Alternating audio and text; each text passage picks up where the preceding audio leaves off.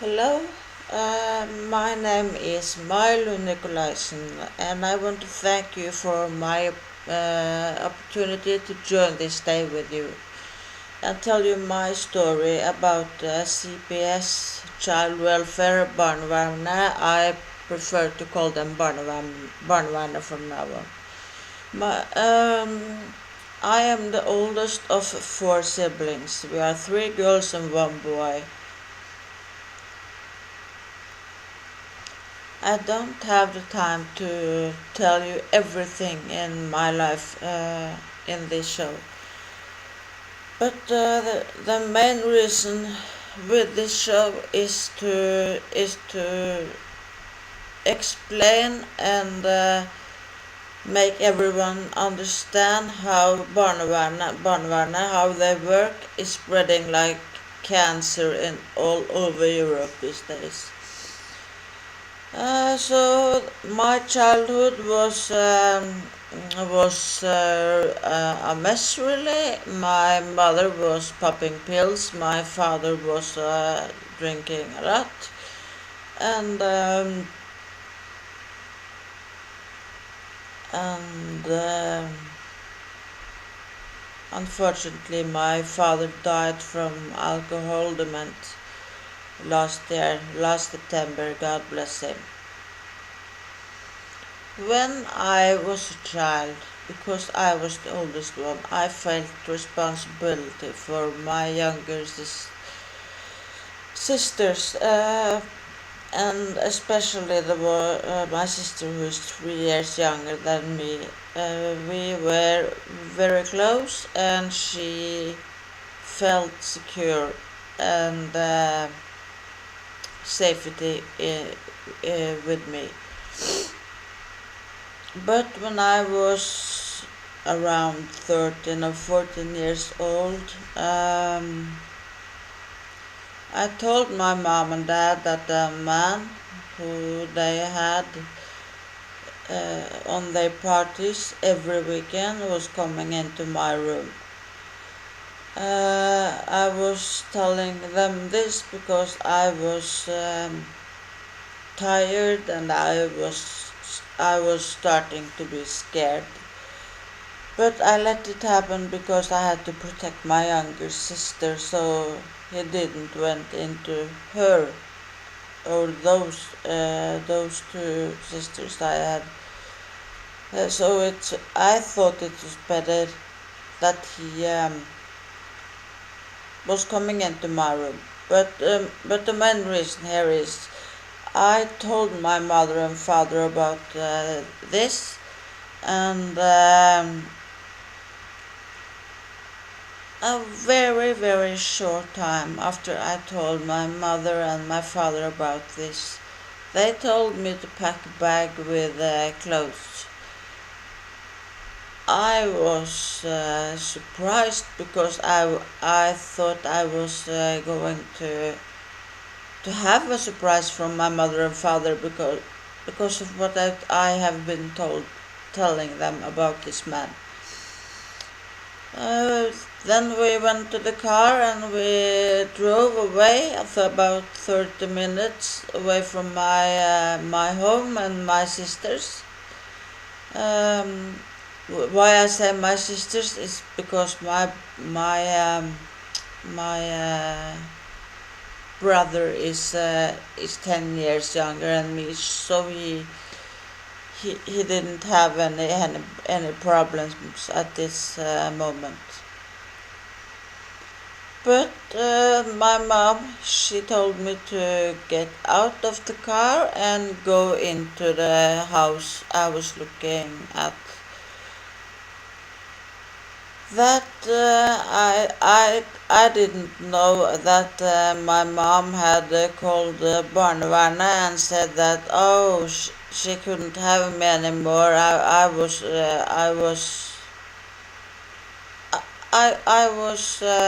too much.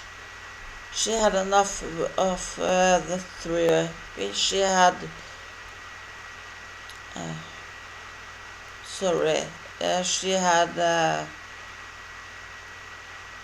She told Barnevernet that she had to take care of the three youngest and not me, and that she didn't have the opportunity to take care of me and love me. Then I was standing in front of a building with a bag and clothes. My mom and dad didn't follow me inside, so I was thinking, shall I run? What shall I do? At this moment, I felt so lonely. I felt so unloved. I was scared. I was feeling. How can I explain it? I was feeling. I think scared is the right word. Yes, really scared. Uh, Here it all begins.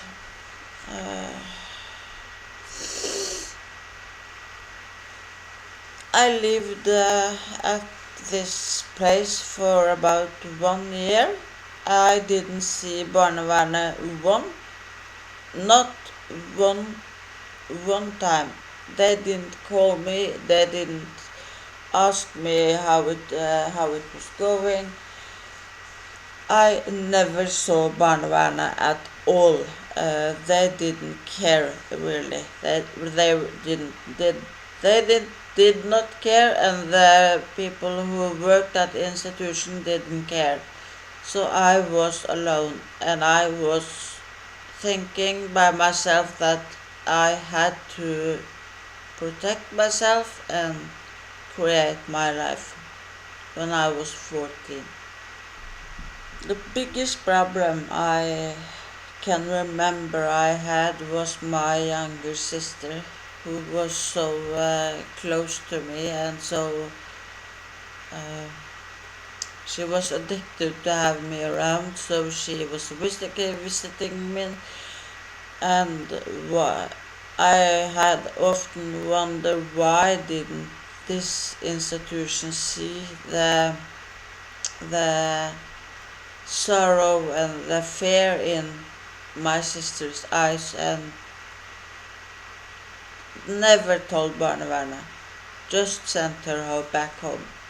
She was asking strangers about to help them for food, for love, and that is so crazy. But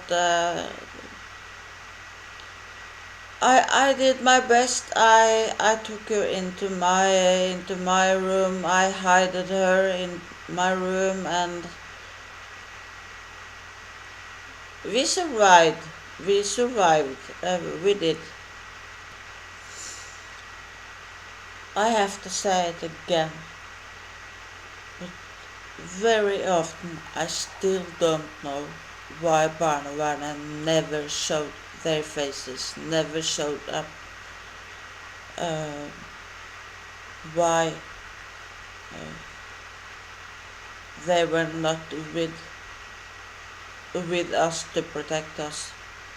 I still don't know, and I still wonder why. I wish someone could explain it for me, really. When I became 15 years old, they found an apartment for me.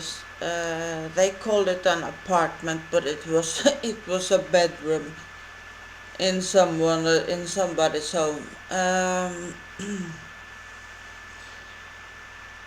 I think it was just to get rid of me, and Barnevernet was not showing their faces, not even when that happened.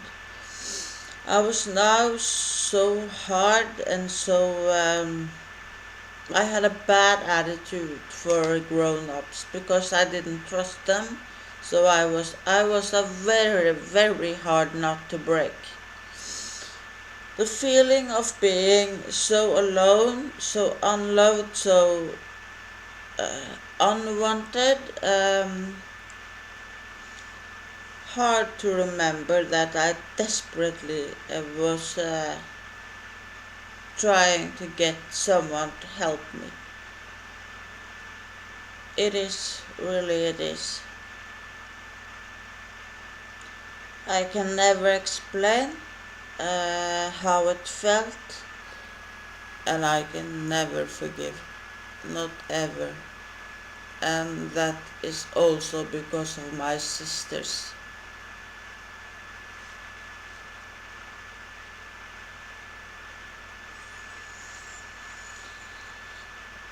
But the years went through and I became 18. No adults were around me the 3 years when I was thrown out of this apartment or the bedroom. So I was living with older friends who had their own apartments. And finally I was turning 18 and I was thinking that when I was 18 everything will be good. But I was wrong. I met a man and I moved in with him, so we were living a normal life without Barnevernet, of course. I became pregnant. I had a boy in 1994. He is today 21 and he has a great job. I can see his future is going to be very well, so something good I have done. Really, but Barnevernet didn't show up when I was his mother. If I could tell it that way, I will always be his mother. But when he needed me, Barnevernet wasn't there, and thank God for that, because I don't think he had managed to have this life he have today if Barnevernet had come and taken him. But when he was around 6 years old, I moved away from his father and I had my son with me. We all worked together on this, and we had our son in our conversations to how we managed to do this when mom and dad is not going to live together anymore. So I moved just 300 meters from away from his father, so our son could go to his dad when he wanted and come to me when he wanted to. But the basic was with me, and I think it's very important that kids know where they belong, where their home is. That's very important, for me at least.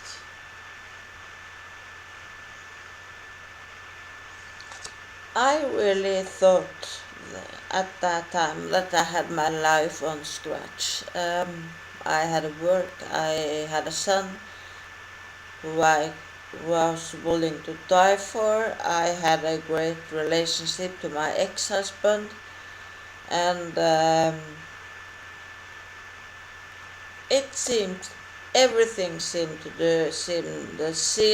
be okay. But gosh, if I had knew what was going to happen. In 2013, I became pregnant again with a new husband. But this time, Barnevernet was around me all the time.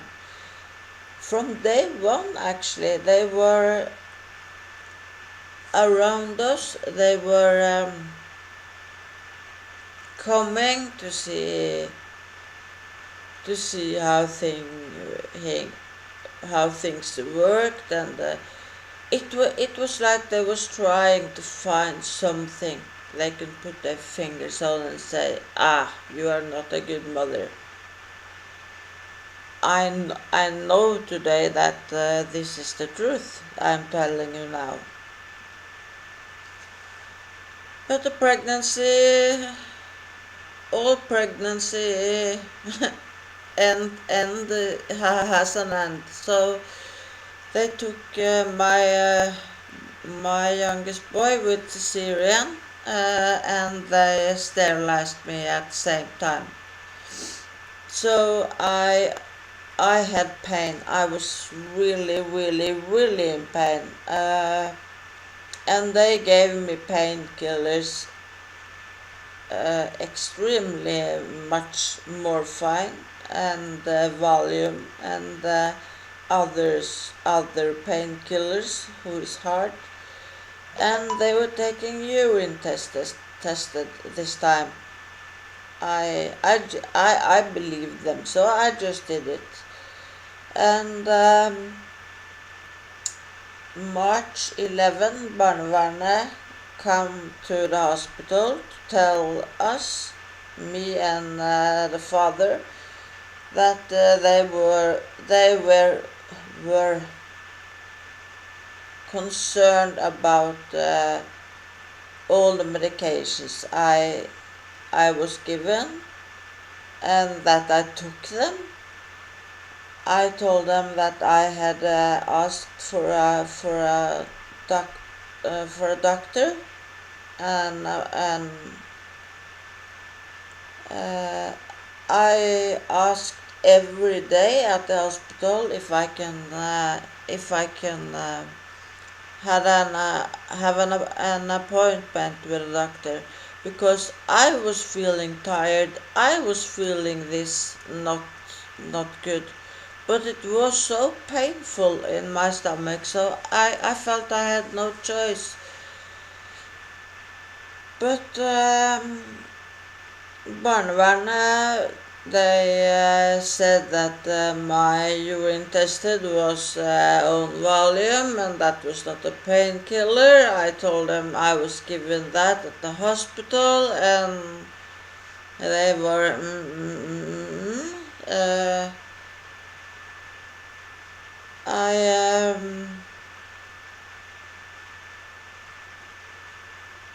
thank God I have this in my journal.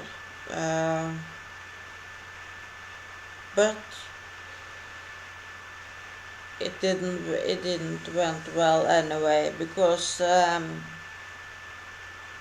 they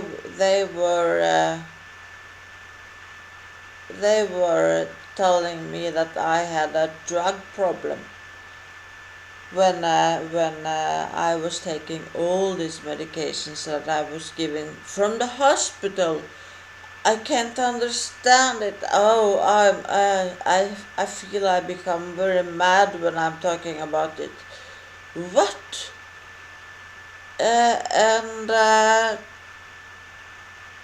But we all agreed that I should stop taking all the painkillers, and that the nurses would help me to try to make an appointment with a doctor. And this was March 11. March 12, I called Barnevernet around 9 at the morning. And told them thank you for the meeting yesterday, and I was glad, because I was really happy that they come and told us what they were concerned about. So you have the opportunity to do something about it, and I did. I didn't take painkillers that day, But they told me that they had forgotten to tell us something the day before, so we had to come to their office in 30 minutes away from the hospital. And here it all started to blink, a red light, danger, all over. I was thinking, what is this? And I was asking her if I had to bring a lawyer, and she said, no, it's just something we've had forgot to tell you. Don't worry, will be fine. So, but just come. We don't have the time to come to you to the hospital today, so that's why. Okay, so I told my ex-husband about the situation, and he also said it. What? This is not. This is not correct. But had we didn't have any choice other than believe them at the moment. So we went to their office. They paid a taxi for us into their office, 30 minutes away from the hospital and 30 minutes away from my little baby.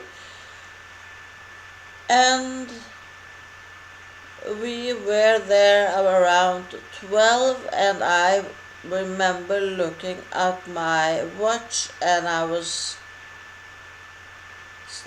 looking at it, and it said 12:10.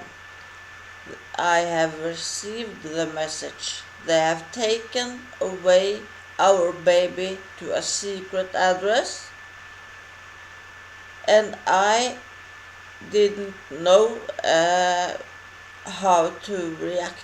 I didn't know, but I run out from the office. I grabbed a taxi. I told him to drive the fastest he could into Ullevål sykehus.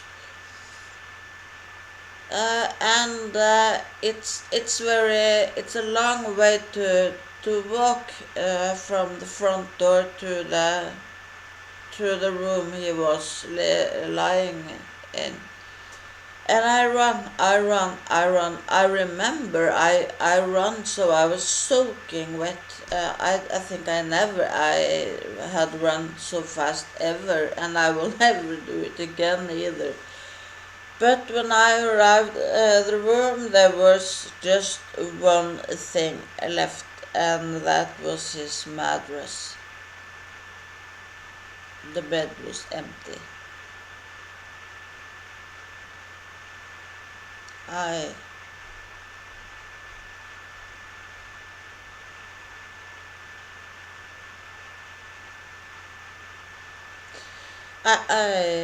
sorry. Uh, yes, that's the situation, and I started to fight for 2 or 3 weeks. I don't remember so much. I just remember a glimpse, and I was holding the mattress into my body and smelled it I was a crazy lady, but I didn't get any help. His father didn't get any help. There were no help for us. Barnevernet didn't help us.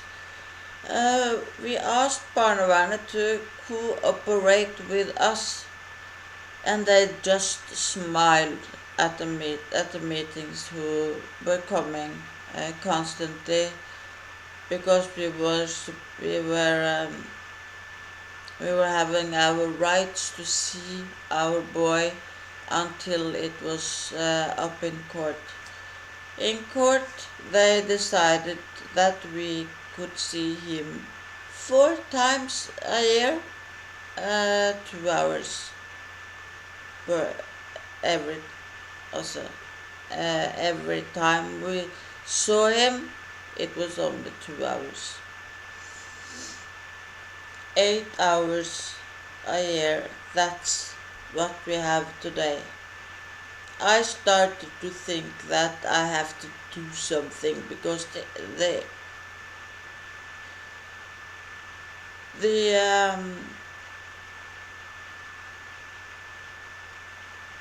the stories I've been told from others who has been taken away their child. Barnevernet is lying. I I I I promise you, Barnevernet is lying. They are not trying to help. They are trying to find something to uh,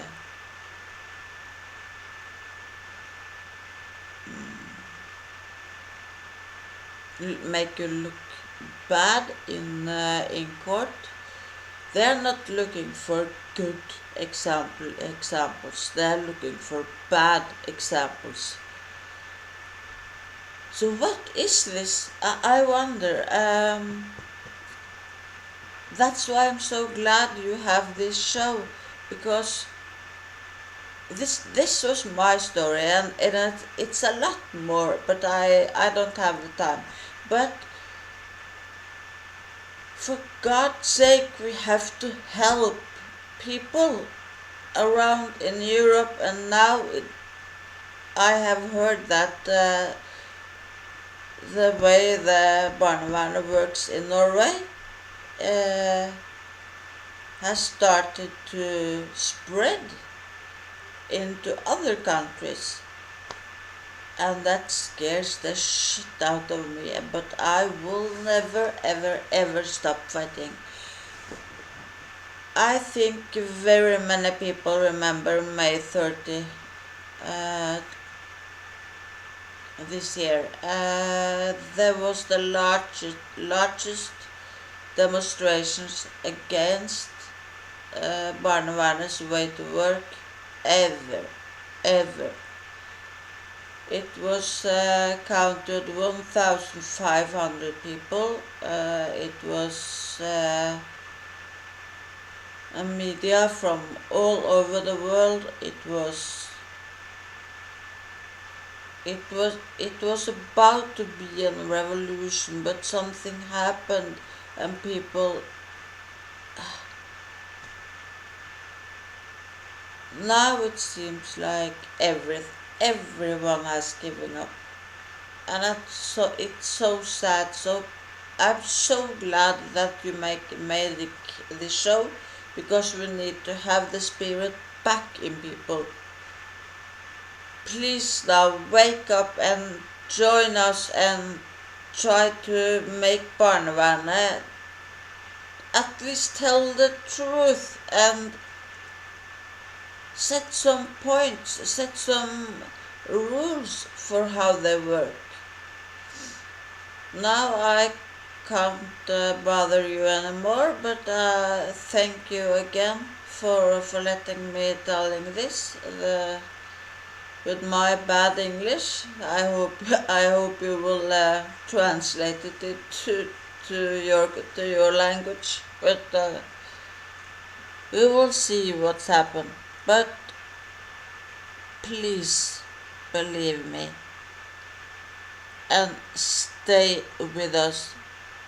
We are going to make things change. Okay? Ciao.